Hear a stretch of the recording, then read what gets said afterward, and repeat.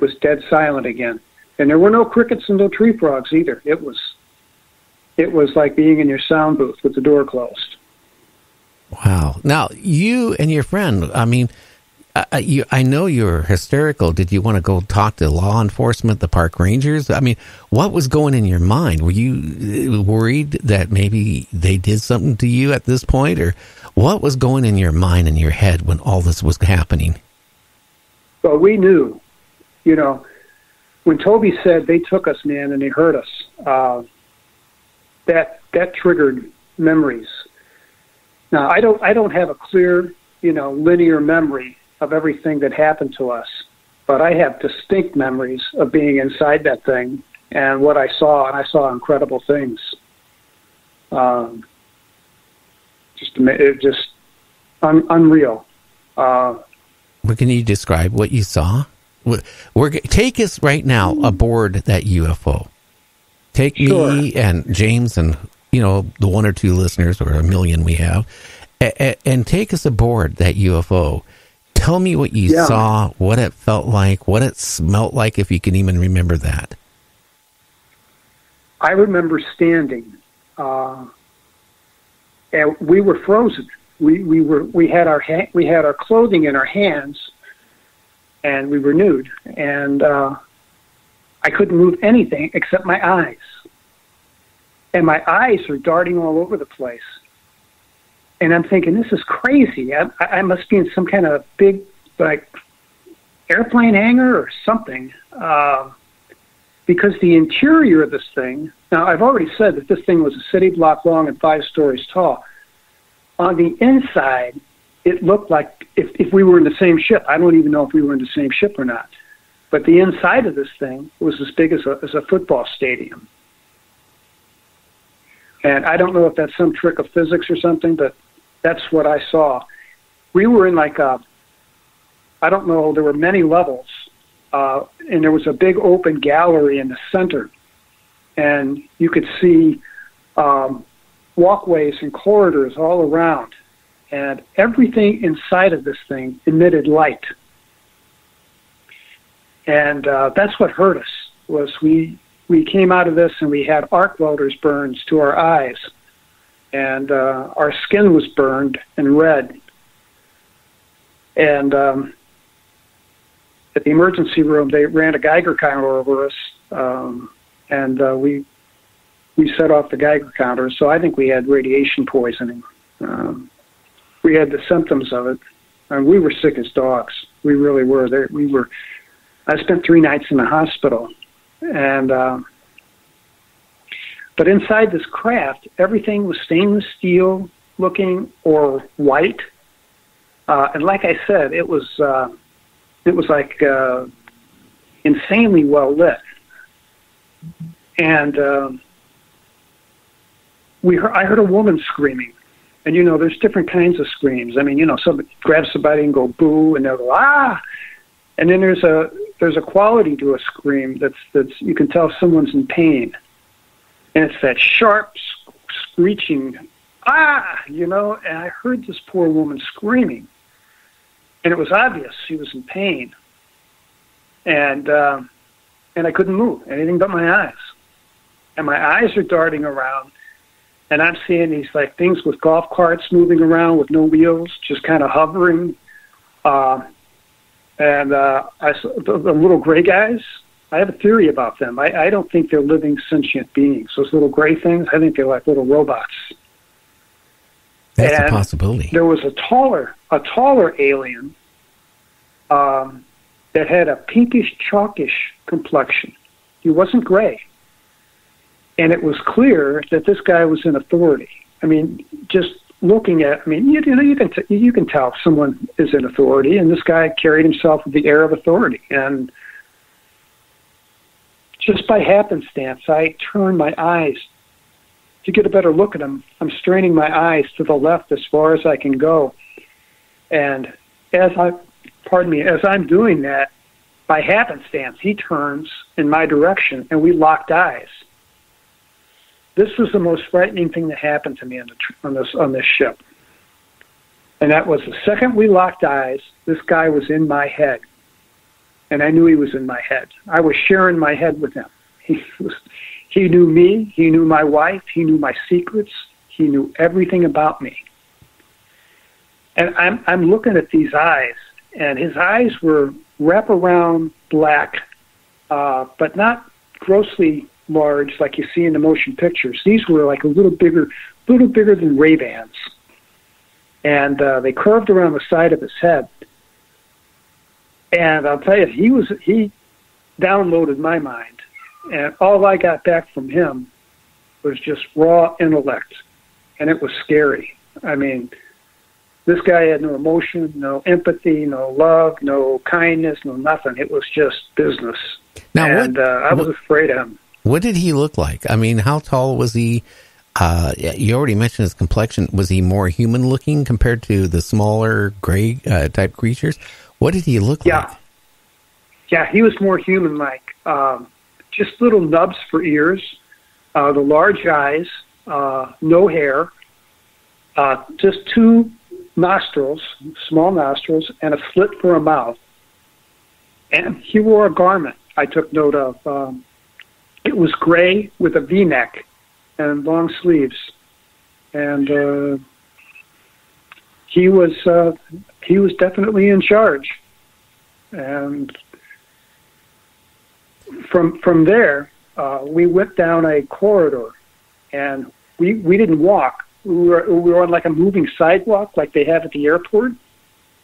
Oh wow! And we walked past a bank of aquariums that were lining this entire wall all the way down one side.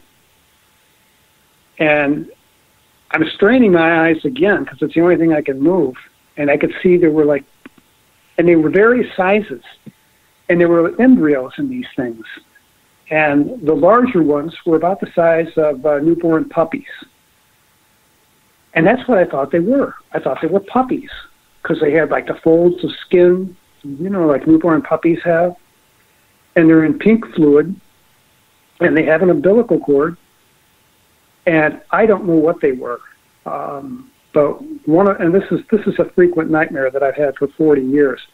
As I'm looking at these things, one of its eyes opened, and it scared me so bad. It's a good thing they had me frozen, or I just would have flipped out and been on the floor.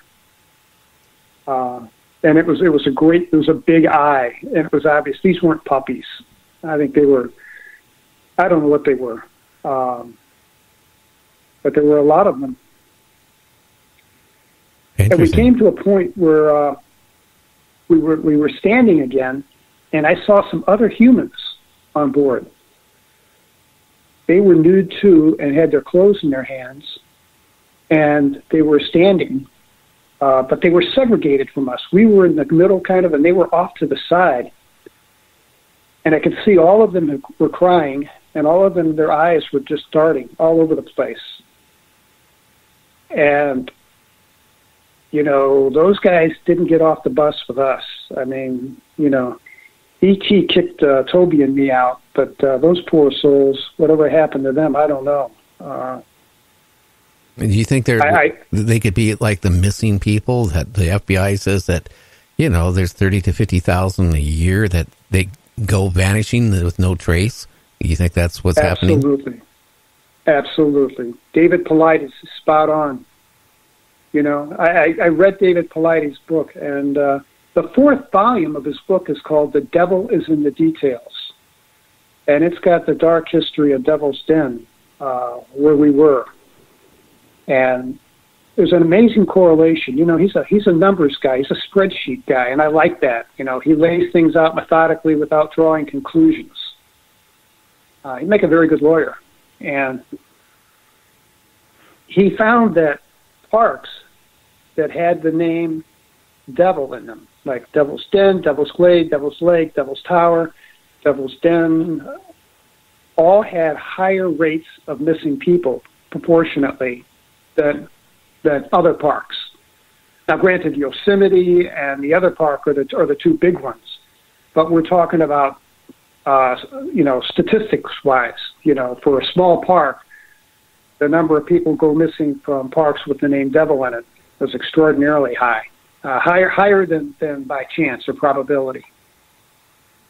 I agree with that, and that's the scary part. It's the amount of people that go missing. Now, do you know who Mary Joyce is, by any chance? I don't.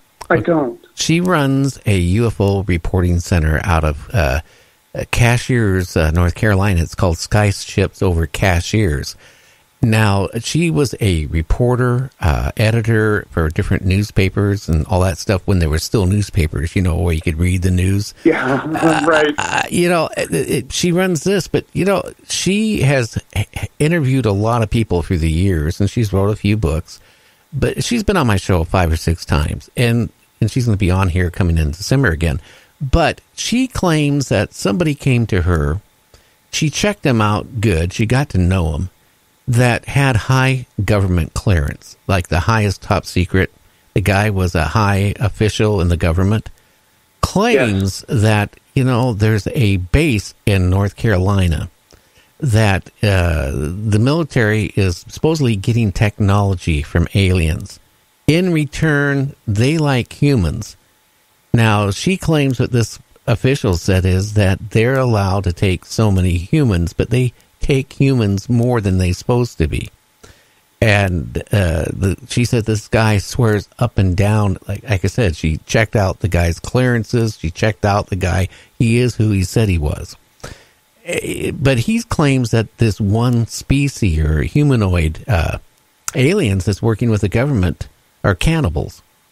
And they like humans for, consumption. I know. I've heard that.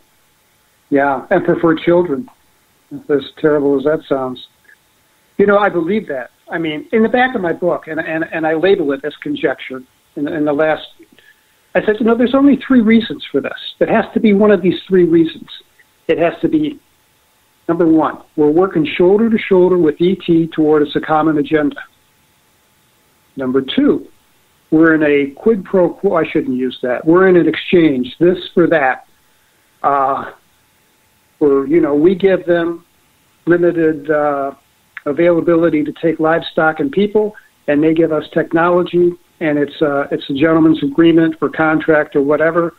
Or 3, number 2, maybe began with good intentions, but they're out of control, and they do what they want, and the United States government has no power to do anything except try to mitigate the terror. And that's the one I think that's correct. Yeah, so that is scary. That's amazing. Now, we got to go for our break, and we'll be back for the last half an hour. And I got so much more to ask you. So, hey, go get another cup of coffee or whatever you have to do. We'll be back in 2.5 minutes. You're listening to Night Dreams Talk Radio After Dark.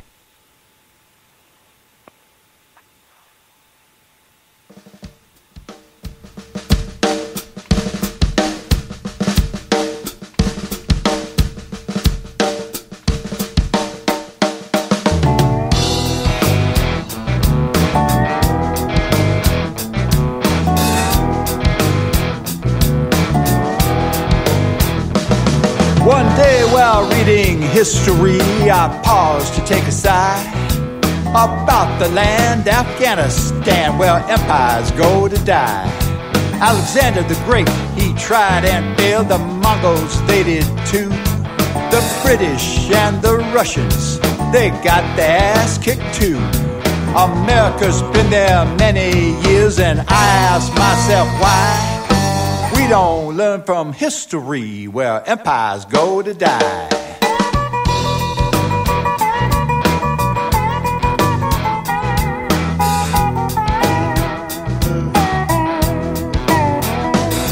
They say it's terrorism, that's political malarkey. Just follow where the money goes, to a corporate oligarchy. The food crops, they once grew with a plow and a hoe, been turned into opium poppies, growing row on row. Our infrastructure's crumbling, our social structure too. It's a corporate scam, they don't give a damn while screwing over me and you.